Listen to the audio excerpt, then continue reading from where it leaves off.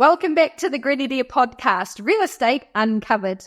Today, I talk with Marianne Delaney-Hoshek, head coach for the Tactix netball team here in Canterbury and ambassador to the Cancer Society.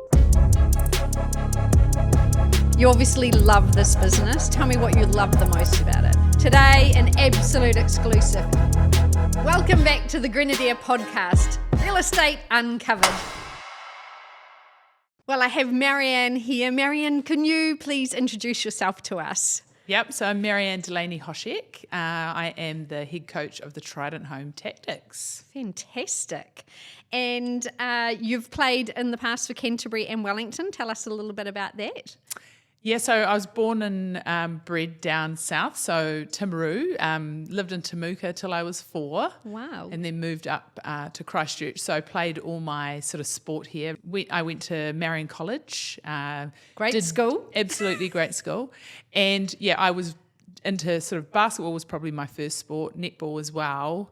And I sort of played reps for both of those all the way through until I was about 16. And I made, at that age, still at school in sixth form, I played in what was called the Bend-On League in those days. Wow.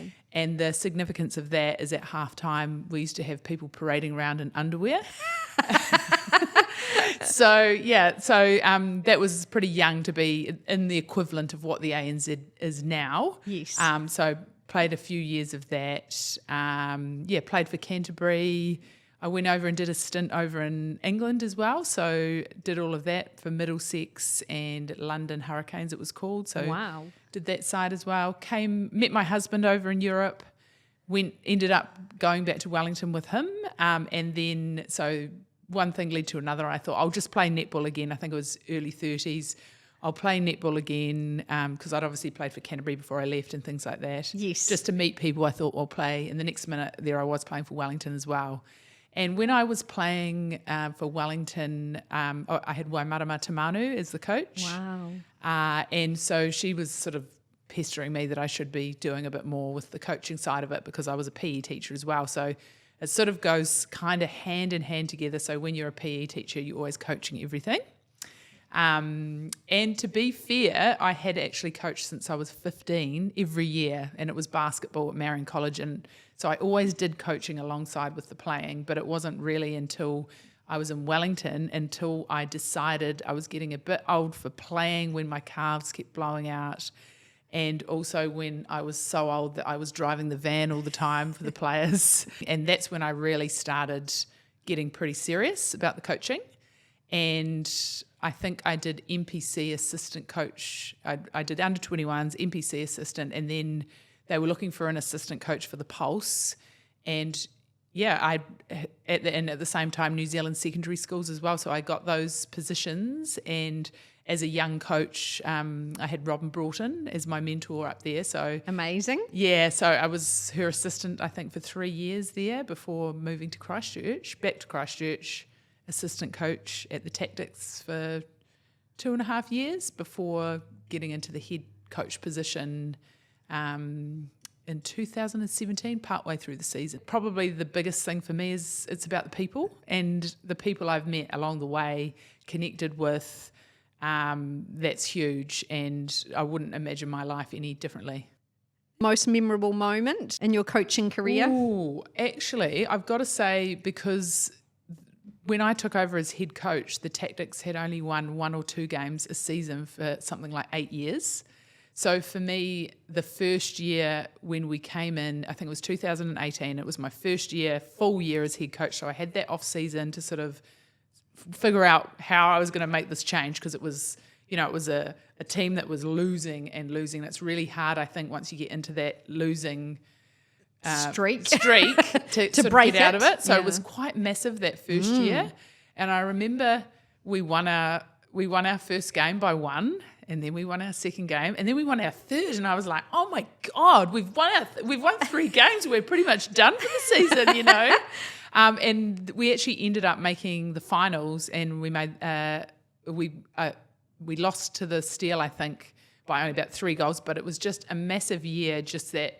Finally, that shift, the belief that we could win games and, we could compete. So for me, we had years where we made finals and, I think we lost one final by 2 goals. But to me, it was that epic shift in that year group, the year from 2017 to 18, that was probably the best moment.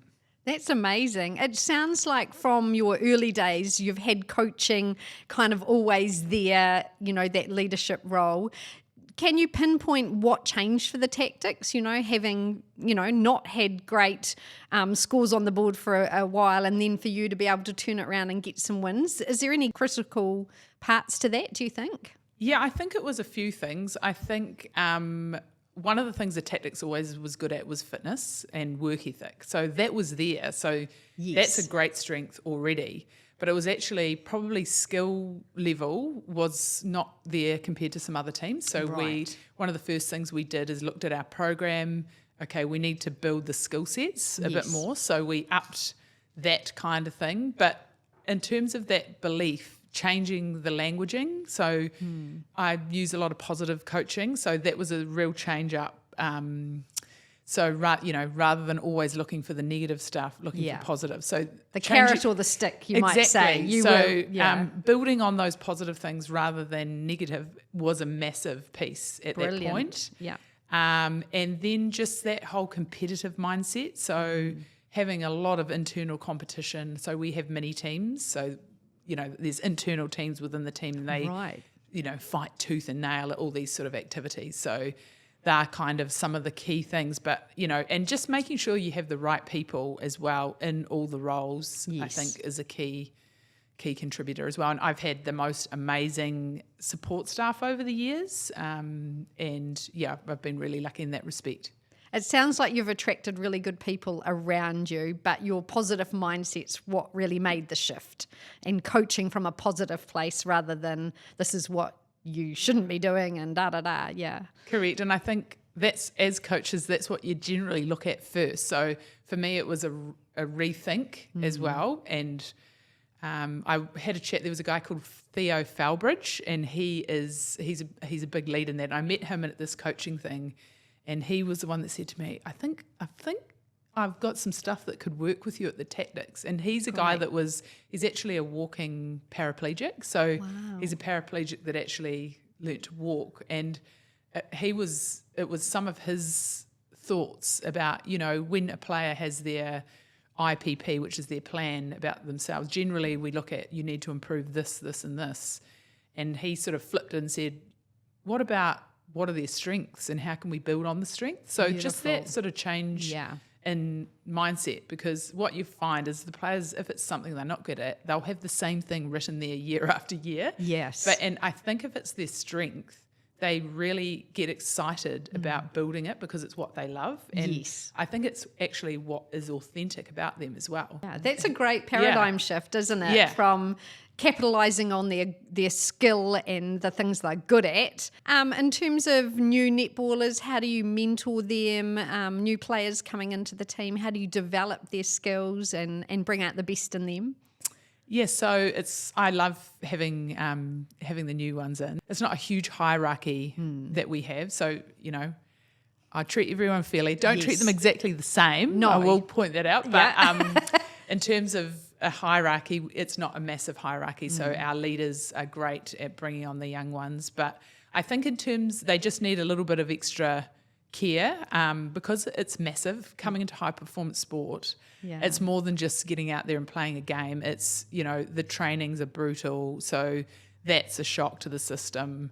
Often they're the one getting kind of yelled at by some of the other players. Come on, do this, do that, like on court, just to, everyone thinks they're kind of helping, but it is hard. So it's managing that sort of thing. And then there's all the other avenues. So they're having to do clips, they're suddenly having to do analysis work. They're suddenly having to do all these sorts of things. Yeah. And often because it's high performance sport, and when they come in, it's unusual for them to be in that top lineup straight away. Yes. And then often they get their families who, they've always been the top player all the way through, and then everyone gets in their ear, oh, you should really be on, and that gets hard for them as well. So it's making sure that they, one, understand that their role and what high performance is about, and just giving them that extra bit of support and care, and making sure that you check in with them regularly, I think. And that they obviously have some reality around, when they're going to get opportunities, and that it's not a given. Yeah. It's not a given, and you've got to work your way. And often some of our players that have been there for years have years of experience, and they've proven it time after time. So you know exactly what you're going to get. With a young one, you don't necessarily know. Yes. You're hoping. And it's been really cool for us this year. We've had Jess Allen, who is local, so she went to St Andrews College, and funnily enough, I actually worked at St Andrews and mentored her back there, so it's been really cool to see her as a young player. And, when it's great to be able to put them out there in situations, especially when you're doing well in a game, so they can just come in and thrive. So you want to set up different opportunities. You also want to make sure that you get them on in some of the crunch ones, so that they know that you... Yeah, trust them to deliver. Yeah, to deliver. So there's all those sorts of things that you're trying to sort of do for them. Balance along the way. Which they don't know about. There's so much to it. But Yeah. I understand you've become the ambassador for the Cancer Society. Yes. Tell us a little bit about what attracted you there. Yeah, so how it sort of came about. So a good friend of mine, Kelly Hutton, was actually an ambassador last year, or she passed away last year from ovarian cancer, and she was doing some great work for them. So when she passed away, they had wanted someone to take it over. So that was something, and for me, her kind of memory and what she was able to do was one of the things. But for me personally as well, I had a massive journey, not for myself, but my father had cancer. He actually had terminal cancer, and he had it for 13 years. So he lived as a terminal cancer. So he only got given 3 to 6 months, and he lived for 13 years. So pretty amazing story. It was carcinoma, and the surgeons did an amazing job at sort of keeping him going. Like, he pretty radical, like they removed an ear and a lot of his head, and then he just had sort of potholes all over. But his like mindset, if you think about sport, the way he lived, his positive, again, the positive energy that he had around his illness, and who's so pragmatic, and he really wanted to live. And I think for me, I had thought when Dad passed away, that was about 1.5 years ago, I'd sort of thought I'd love to be able to give back in that area, because he had, it was such an amazing story. Yes. But I'd love to give back for his memory as well, but also for Kelly. I went and met Janice at the Cancer Society, and they showed me through the facility, and that was one of the things Kelly had been big on. She had helped with the fundraising of, you could buy a blanket for a bed, or that sort of thing. When she showed me around, I could just really warm people, putting so much into it. And, some of the people that were staying there sort of chatted, and I just, for me, I thought, this is awesome. I want to help, and I want to be part of it. Yeah, what a great thing that you have become part of. I know with Daffodil Day coming up, we've got a charity auction. Why is it essential that the community get in behind the Cancer Society? I think it's something that's touching everybody. So I think you'd struggle to find somebody that hasn't been touched in some way by knowing someone or someone in the family. So I think we all need to get involved with it, so that we can make some steps forward, whether it's more for putting out messaging for prevention. Yes. Because that's the big thing we talked about. That's actually where a lot of energy could go to. Yes. Is actually that side of it. Yes. Right? Because obviously the cure, they've been trying to find cures for years. There doesn't seem to be one. So what can we do? How can we channel, so if we can fundraise and actually get more awareness, driving it that way. Yes. But also, again, with that centre, making people really comfortable because chances are someone that is going to need to be, looked after in that way, where they can go and stay there and things like that. So I think those are the sort of main things I was thinking, it touches everybody. Yeah, you're so right. In terms of the future, what are your aspirations for the Cancer Society? Yeah, I want to, so obviously I'm new, Yes. so it's quite good actually because Tom Walsh is the other ambassador and he trains at the same facility as what we train at, so that's been quite nice. So I can sort of Excellent. see what he's been up to. But I think there's some sort of plans around even doing like a celebrity netball game and doing those sorts of things. It's become our team charity as well for the Tactix. Yeah. That's Great. Good synergy. Yeah, really good synergy. And there's hope that even next year we link it up with the Steel as well. So there's some really good stuff and exciting stuff. Wonderful. Marianne, it's been so great getting to know another Marianne girl. I also went to Marianne, probably a wee bit ahead of you. It's a great school, but your career's been stellar, and thank you for all the contributions you make, both to sport and to the Cancer Society. It's been great meeting with you. Lovely to meet you. Thank you so much for tuning in to Real Estate Uncovered. I hope you really enjoyed the show.